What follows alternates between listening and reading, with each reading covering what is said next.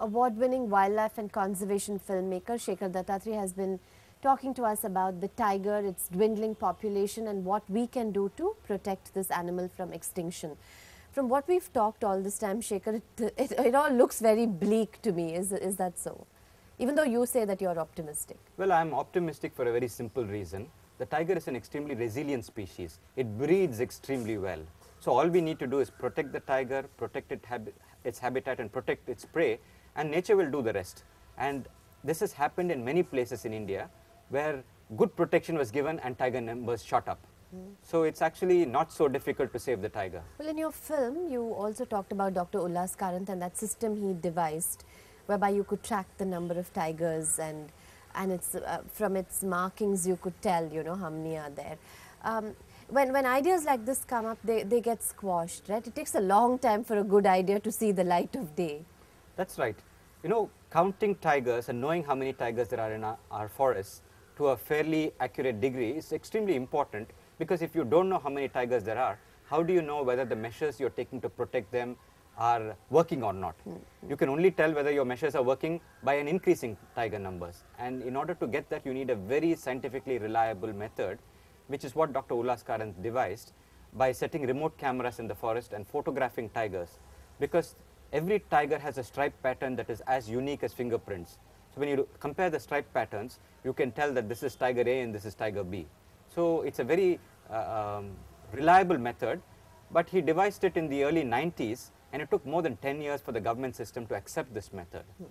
So do you see a change in the government's attitude from then to now when an idea comes up or when a proposal is presented? Are they more open, more sensitive? I definitely think that at the central government level, there's much more receptivity to ideas now, and a lot of good ideas are being taken up. But eventually, it depends on the state governments to implement these, because the protection of forests in every state is in the hands of the chief minister of that state. So it's not so much in the hands of the prime minister, but of the chief ministers of the 17 tiger states today. But you did mention that we were doing well, that Tamil Nadu is doing well in this area. Well, you know, let's put it this way, Tamil Nadu can do much better. In fact, even in Tamil Nadu, in our tiger reserves, sometimes the anti-poaching watchers don't get paid for months at a time. If they don't get paid, how are they going to be motivated to go and protect our forests? So there's a lot of room for improvement. But you still say there's hope. There's certainly hope for the tiger across India. There are some places where the situation is very dire. There are 39 tiger reserves today. And according to the government's own estimation, about 18 are doing very badly. So there is hope for all these areas if we do the right things. And I am optimistic that if there is enough public pressure, then the government will do the right things. Have you ever felt frustrated with all these blocks that are put in your path? Well, you know, for a conservationist, there are lots of frustrations on a daily basis, because you see so much going wrong, which can easily be set right. But the government machinery moves slowly, and not everybody in government is very committed. Many people just join the Forest Service because it's another government job. This thing needs to be done with a lot of passion, because the ecological security of the country is of paramount importance. If we don't have water, what are we going to do? And today these 39 tiger reserves produce 300 rivers and major streams. So sometimes people ask me, why should we save the tiger? Well, actually, we don't need to save the tiger. The tigers don't care whether they live or die. But if you don't have the tiger, these 39 areas are not going to be protected. What is the incentive for the government to protect them? And when you don't protect these forests, you are actually hitting at the root of our food and water security. You know, there's a quote from the Mahabharata 2,400 years ago in Shekar's film, which goes something like, do not banish the tiger from the forest, do not cut down the forest with the tiger. The forest will perish without the tiger, and the tiger will perish without its forest, which is so relevant now. This is so relevant and so amazing that 2,400 years ago, people knew the intricate connection between the forest and the tiger, and in that way, between the tiger and humanity. So if we want to save the human race, basically we have to take care of our forests with all the animals that live there. Yeah, so Shekar, now you became a wildlife filmmaker, and you've been one for so many years, right? When you look back, do you feel it's been a good thing? Is it more good or bad, more challenges or joy? you know, I tell people that every day is a working day and every day is a holiday for me, because my work is my hobby and my hobby is my work, and it's been fantastic. If I had to relive my life, I wouldn't do anything else. And it's been such a joy and a privilege to be in the forest, watching animals for long periods of time, and capturing this on film so that millions of people around the world can enjoy what I have seen, and to also be able to transmit a lot of messages to people about our diminishing wild spaces. So it's been wonderful.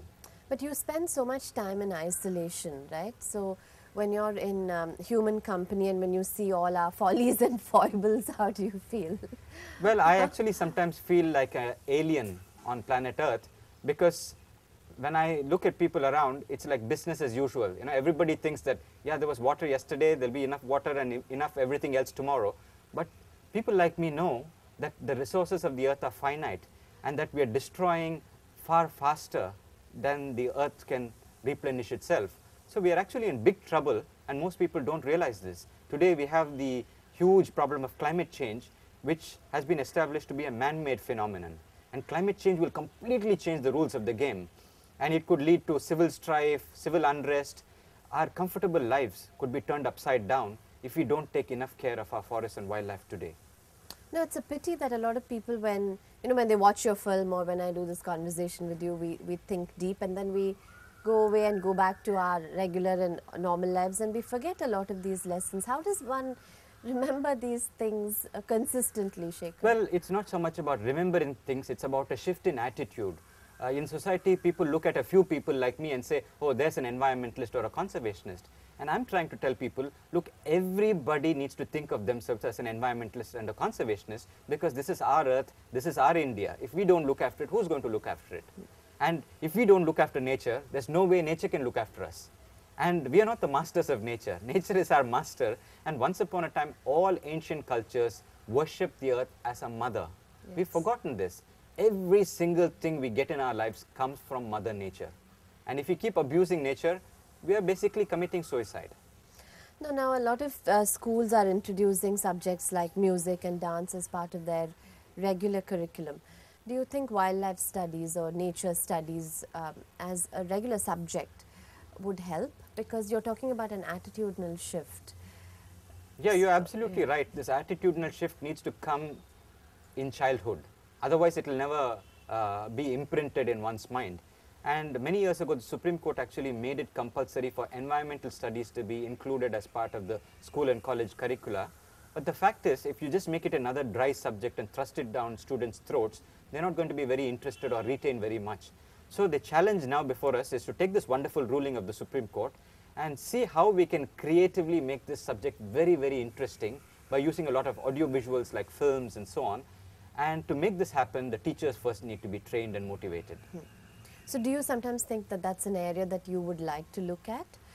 If you're not out there making films and if you're not in the forest, is this a thought in your mind at all? Absolutely. Actually, I've been a professional wildlife and conservation filmmaker for nearly 25 years now.